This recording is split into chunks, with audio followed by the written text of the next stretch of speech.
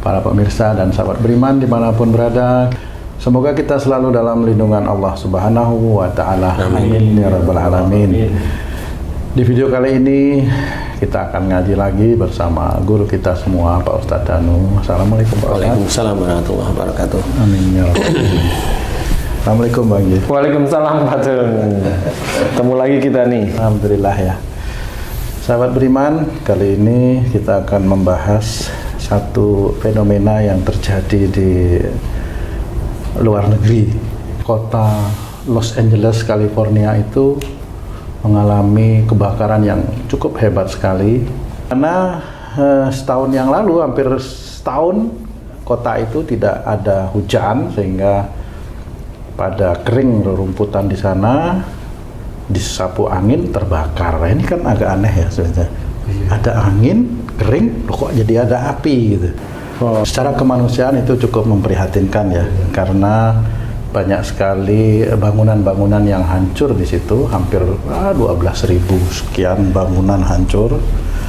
Tapi saya juga gini Pak Tun, ini kan konteksnya dengan keadaan di Timur Tengah perang nih. Maksudnya gimana sih?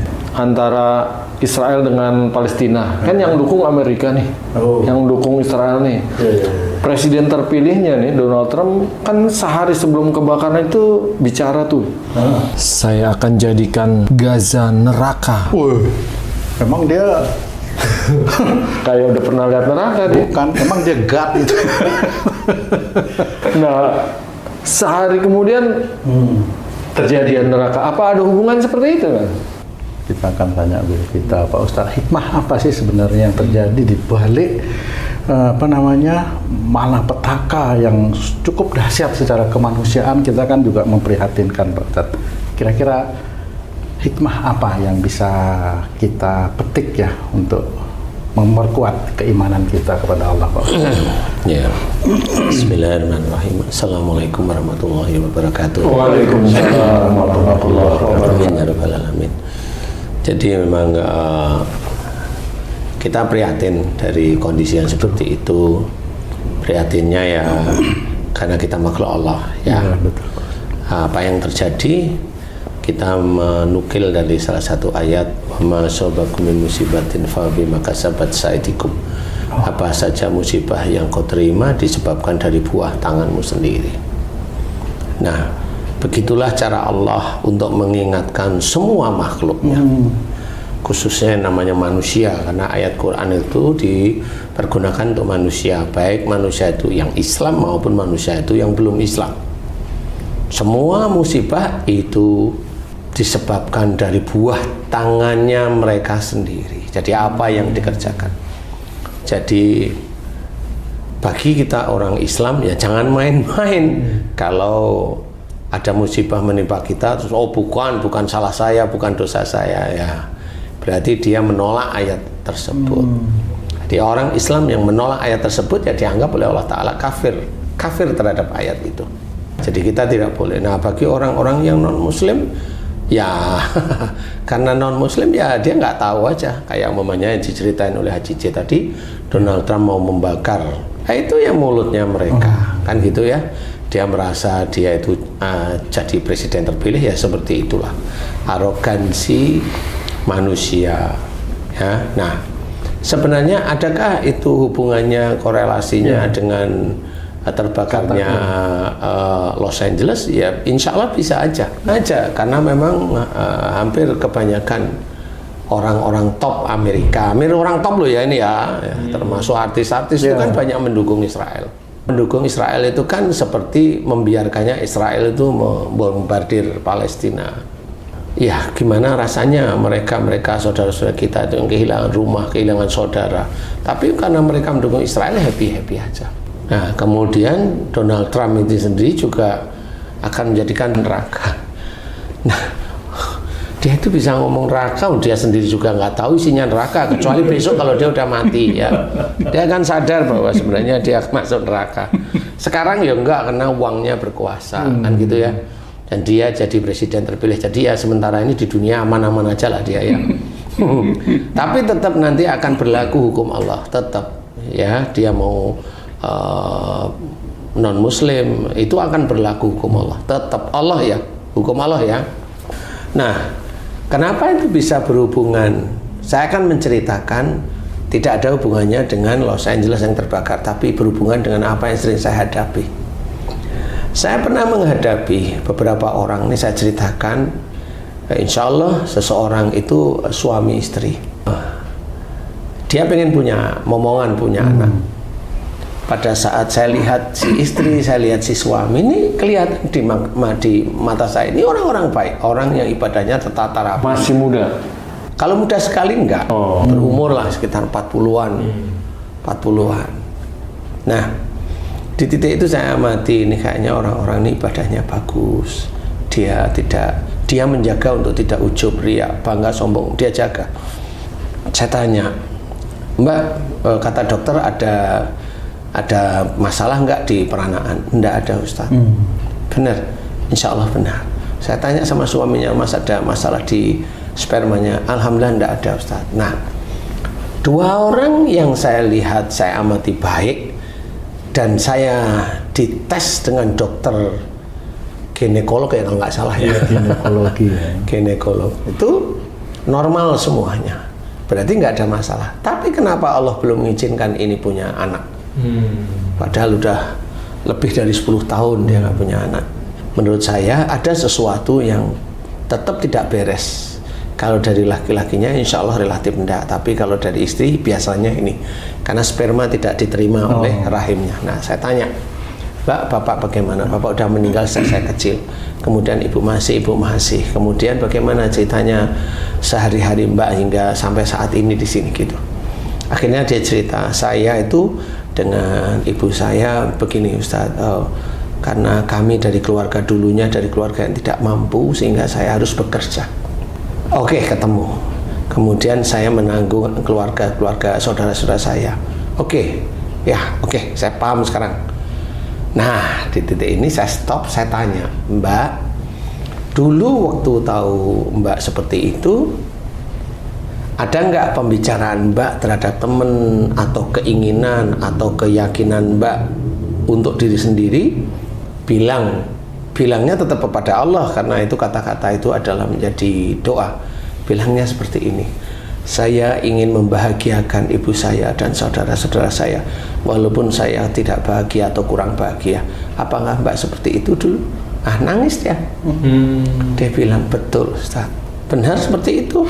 Ingin membahagiakan ibu sama saudara-saudara. Iya Ustaz, karena saya tulang punggung, jadi saya nggak pingin ibu saya itu susah, saudara-saudara saya juga susah. Jadi biarlah susah itu pada saya. Jawab. Ketemu insya Allah. Nah, kemudian setelah ngobrol, akhirnya saya ngomong, Mbak, minta ampunlah kepada Allah Ta'ala jika dulu Mbak pernah berucap bahwa saya akan membahagiakan ibu dan saudara-saudara saya walaupun saya tidak bahagia, tidak apa-apa. Begitu kurang lebih seperti itu, Ustaz. Mohon ampun di titik itu. Kemudian beliau mohon ampun, karena suaminya saya lihat juga baik, doain ya Mas, istrinya kalau salah dalam berucap waktu itu, iya dia doain. Kemudian sekitar alhamdulillah kurang dari setahun Allah mengizinkan dia hamil. Jadi korelasi omongan seseorang itu bisa berdampak pada tubuhnya dia sendiri. Walaupun dia orangnya kelihatan di hadapan saya itu baik, kelihatan solehah, soleh dan sebagainya. Benar, dia tertata rapi. Tapi kenapa dari kelihatan soleh atau solehah tersebut Allah belum menitipkan momongan? Ini kan yang harus dicari. Ketemunya adalah dia ingin membahagiakan ibunya dan saudara-saudaranya walaupun dia kurang bahagia. Hanya kalimat itu yang sering terucap pada saat dia bekerja waktu itu. Perkataan itu sebenarnya sepintas lalu tuh baik ya? Baik, ya kan kelihatan baik. Tapi apakah di hadapan Allah Ta'ala baik? Itu. Nah, makanya perkataan seorang yang beriman adalah doa. Jadi tetap harus hati-hati. Nah, bisa aja hal tersebut itu terjadi pada kasus di Amerika Serikat saat ini yang terbakar. Donald Trump yang dia itu berucap bahwa akan dijadikan neraka. Nah, dilihatkanlah neraka di situ, istilahnya dipahami. Kemudian kenapa itu di lingkungan artis? Ya, di sana itu lingkungan sana itu kan lingkungan yang menjadi pancernya hiburan. Wah, betul. Padahal hiburan-hiburan di situ kan rata-rata kan hiburan yang tidak baik sebenarnya. Hollywood Pak Ustadz di situ. Ya, Hollywood, kayu suci. Jadi ya dengan cara mencari uangnya seperti itu, tetap sebenarnya Allah itu ya tidak ridho sebenarnya. Dan itu kan pancernya orang-orang di dunia. Iya betul Pak. Nah, bisa aja omongannya Donald Trump itu akan diperlihatkan oleh Allah Ta'ala, ini loh. Coba selesaikan, kamu bisa nggak nyelesain? Kok kamu mau bikin neraka? Tapi saya yakin Donald Trump itu nggak akan paham itu. Nggak akan paham dia. Dia dengan gigihnya, dengan arogan, dengan kesombongannya tetap berdalih aja. Kenapa nggak paham? Donald Trump kan bukan Muslim. Iya.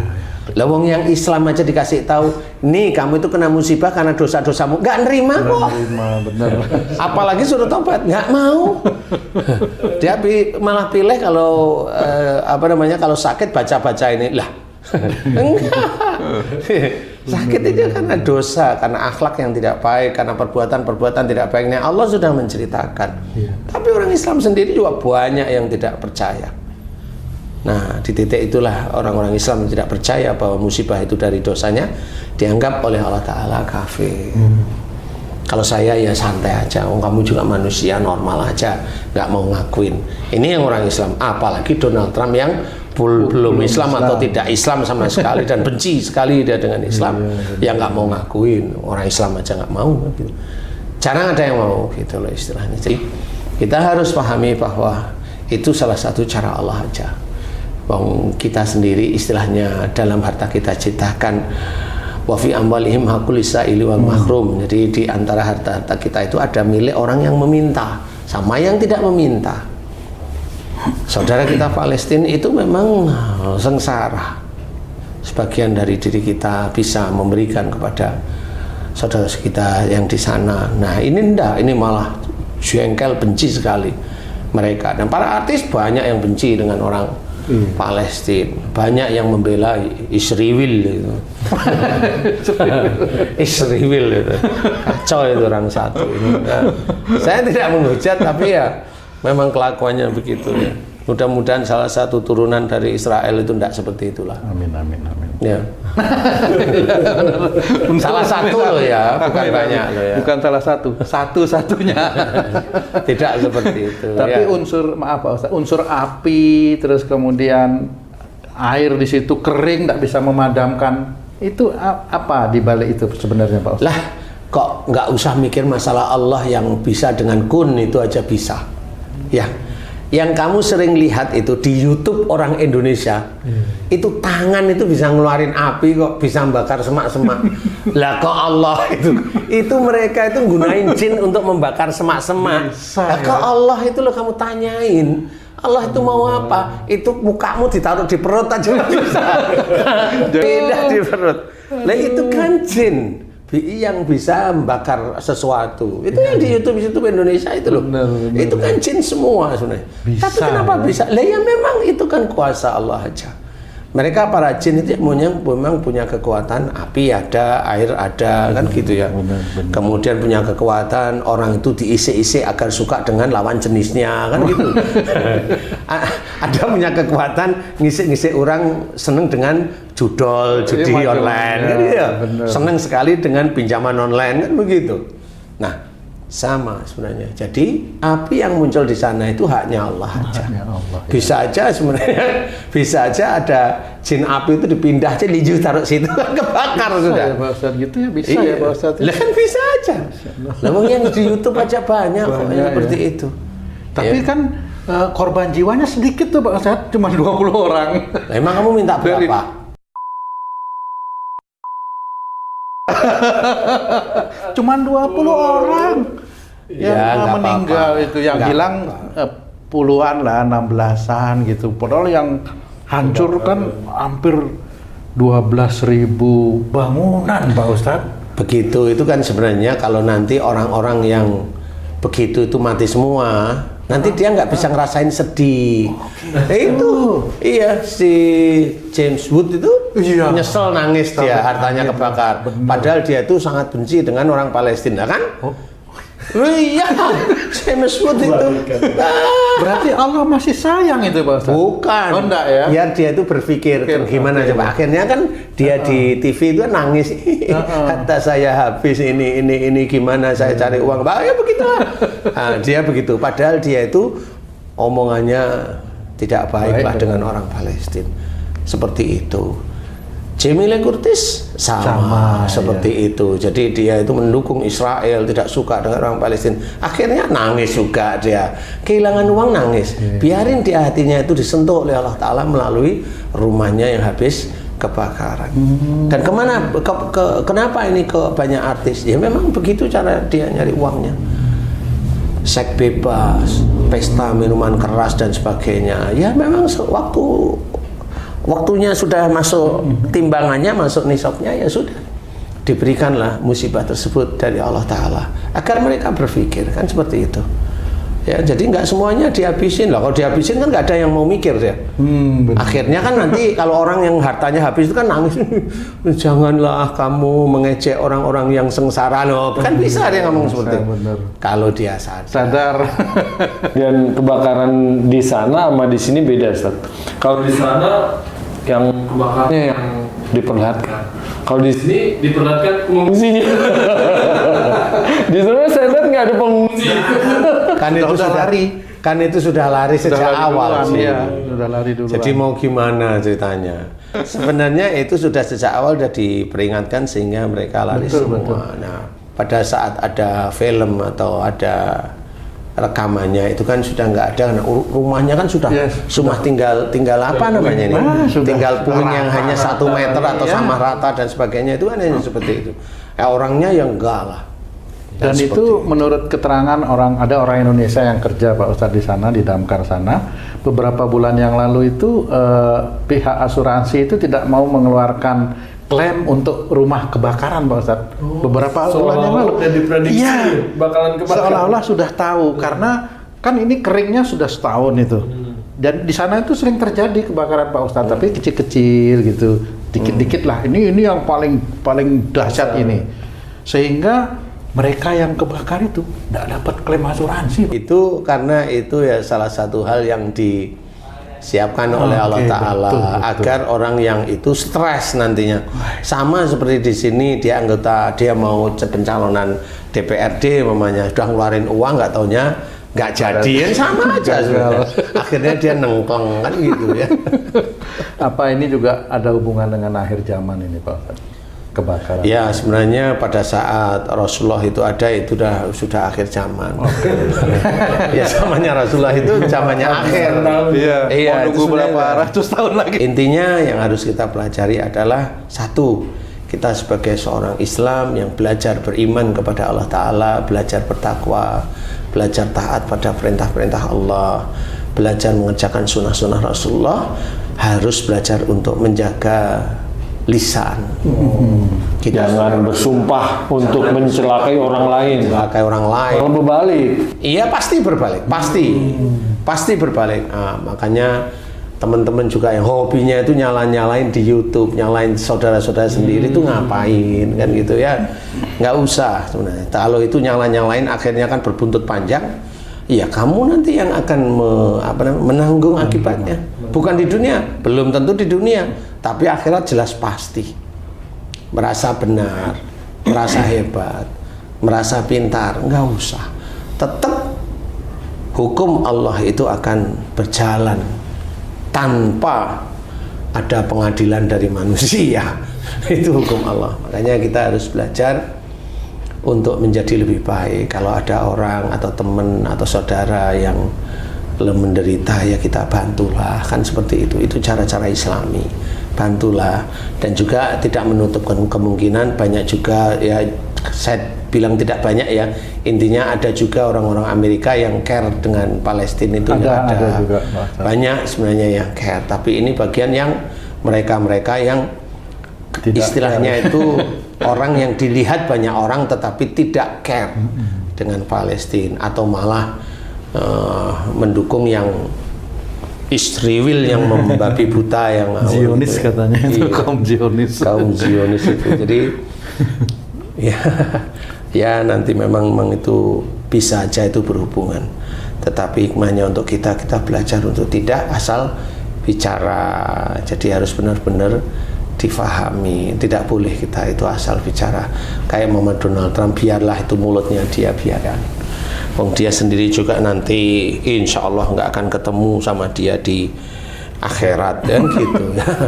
Nggak usah dipikirin kalau itu omongannya kayak gitu, itu ya itu mereka nggak sadar kalau apa yang di tubuh mereka itu milik Allah, termasuk harta itu ya Allah mengizinkan dia dapat, tapi caranya yang tidak baik. Ini yang tidak baik loh ya, bukan semuanya yang dikerjakan di sana itu tidak baik, enggak lah, ini yang tidak baik khususnya. Artis itu kalau udah naik di karpet merah itu udah kayak ratu aja.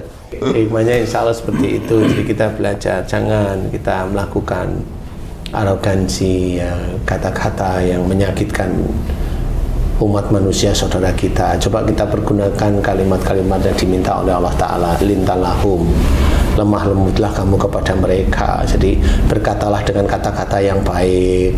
Itu ke semua manusia. Manusia itu ya seiman, ya tidak, atau belum seiman, itu tetap kita berkata baik. Jadi jangan meremehkan masalah-masalah di dunia. Sebenarnya masalah dunia itu berhubungan dengan Allah, berhubungan dengan Allah. Apapun yang kamu kerjain itu berhubungan dengan Allah. Kamu sedekah bisa dapat pahala karena niatnya lillahi ta'ala, tapi kamu sombongkan, hilangnya begitu aja. Nanti hasilnya di akhirat sama seperti itu. Kamu diberi harta oleh Allah Ta'ala, itu ujian. Kalau sombong ya itu akan habis nanti. Kamu diberi anak pintar, itu juga ujian. Kalau sombong kan anaknya, itu habis, itu namanya fasik. Banyak sekali hal yang harus kita belajar, sehingga nanti kita tetap selalu ingat pada Allah Ta'ala. Kenapa kita harus selalu ingat? Ya kita ingat salah satu ayat, wadhkurullaha katsiran la'allakum tuflihun, dan banyak-banyaklah ingat kepada Allah agar kamu beruntung. Nah, beruntung karena ingat pada Allah, beruntung ini adalah insya Allah masuk surga.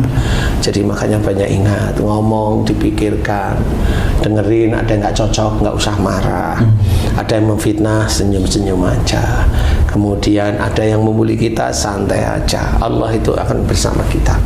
Nah, kalau kita digitukan, insya Allah derajat kita itu akan diangkat oleh Allah Ta'ala jika kita lulus. Dan kebanyakan Rasulullah itu kalau dibully atau dijahati, beliau tidak akan membalas.